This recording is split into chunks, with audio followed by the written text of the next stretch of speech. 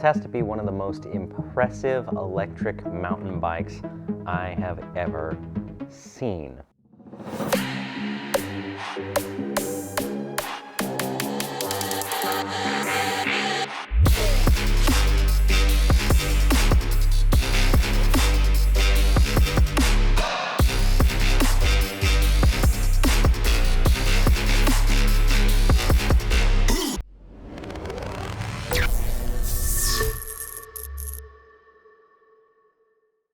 This is the LMX 64. So let's just start off with a few simple facts.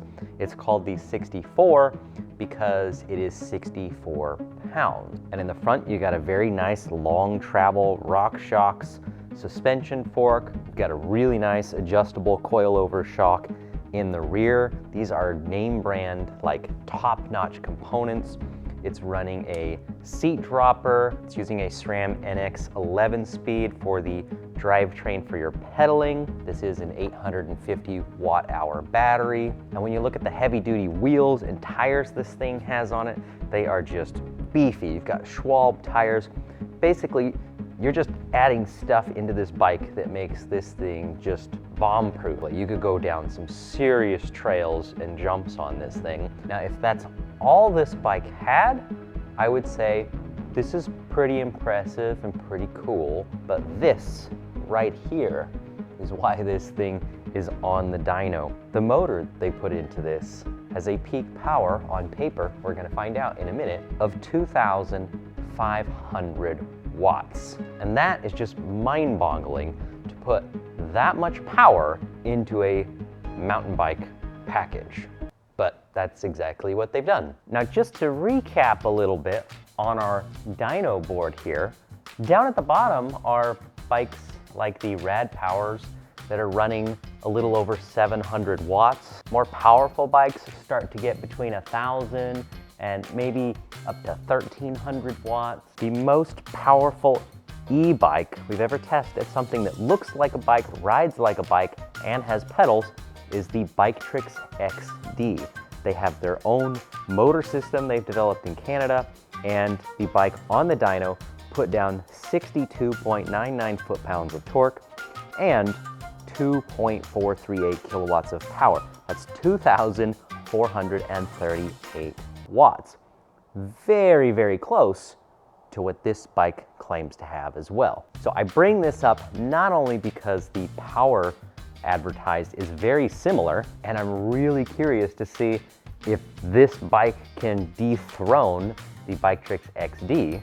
I know I'm gonna have to move a bunch of these down already. But in addition to the rated power, the bikes have one other similarity that I think is worth pointing out. They have the pedaling on the right-hand side using standard bicycle components, and then the motor is running a separate drivetrain on the left-hand side. And the reason for doing that is because standard bicycle components just start to break down really fast at these kinds of power levels.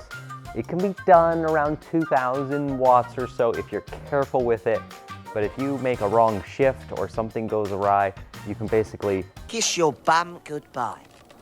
The LMX is using a belt drive, which hopefully should be a lot quieter. This pulley right here, this sprocket, 118 teeth. That is just crazy. That's absolutely massive. And then of course, after the dyno test, we gotta take this thing out to some mountain bike trails and see how it really performs as a mountain bike, because this does have, of course, a legal trail mode with, 750 watts, 20-mile-an-hour speed limit. This can be a normal Class 2 bike that essentially just has a bulletproof drivetrain because it can handle so much more power. Let's see how much power it puts down to the ground. Ooh, it makes noises.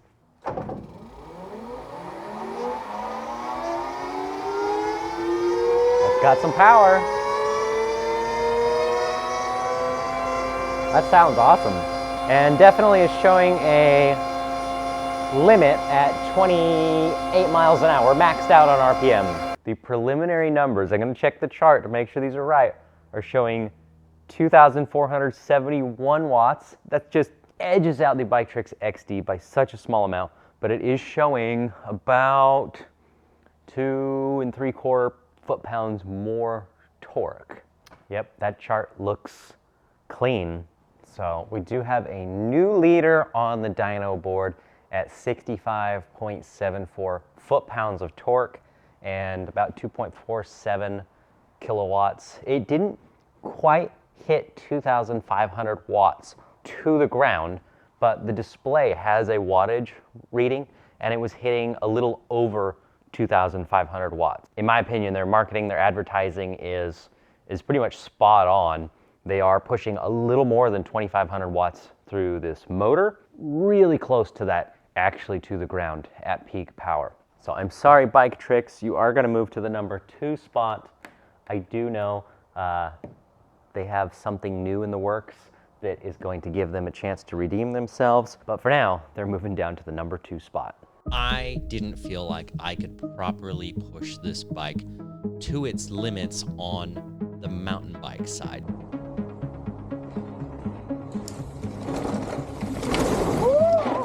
Sure, I could go ride this bike like I usually do bike reviews, go up and down some hills, push the power, do my dyno test, but I didn't feel like that was really doing the bike justice, which would be some gnarly single track, hitting some real jumps, tabletops. That's just not something that I physically could do right now, and even if I was totally healthy, I don't think I can push this thing to its real limits. So we got a local rider. So thanks, Mateo, for getting us some riding footage that really shows what I think this thing can do.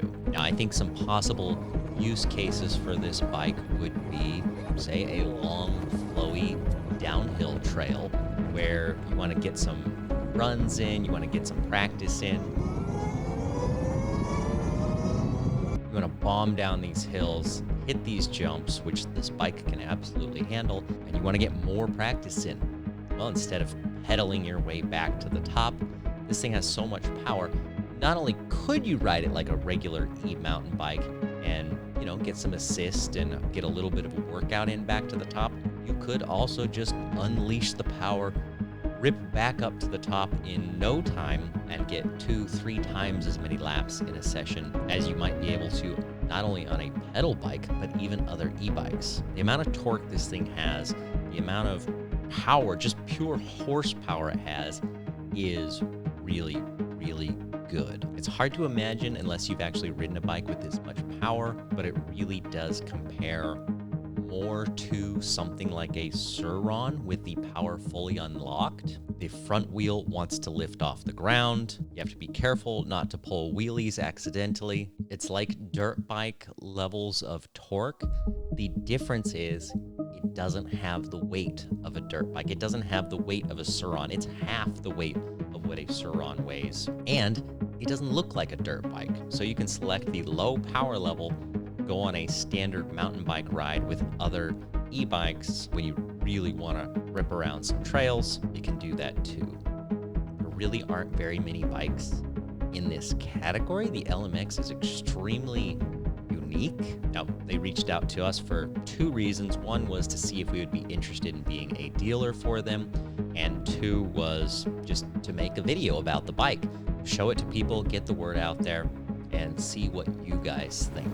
So I really, really want to hear your feedback. What do you think about a bike like this that has just capability that's such a broad range, all the way from a standard full suspension mountain bike up to basically what is a light dirt bike? Now, of course, to really answer that question, you're gonna have to know, what does this thing cost? And it's not cheap. The components are really good. If you want a full suspension e-mountain bike from a name brand company, it's gonna cost you just as much as one of these, if not more, for literally 1/10 of the power.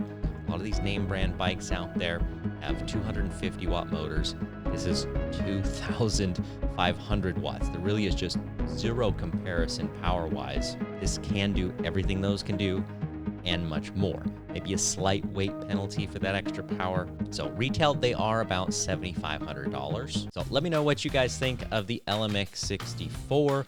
Would you like to see these in the shop at Area 13?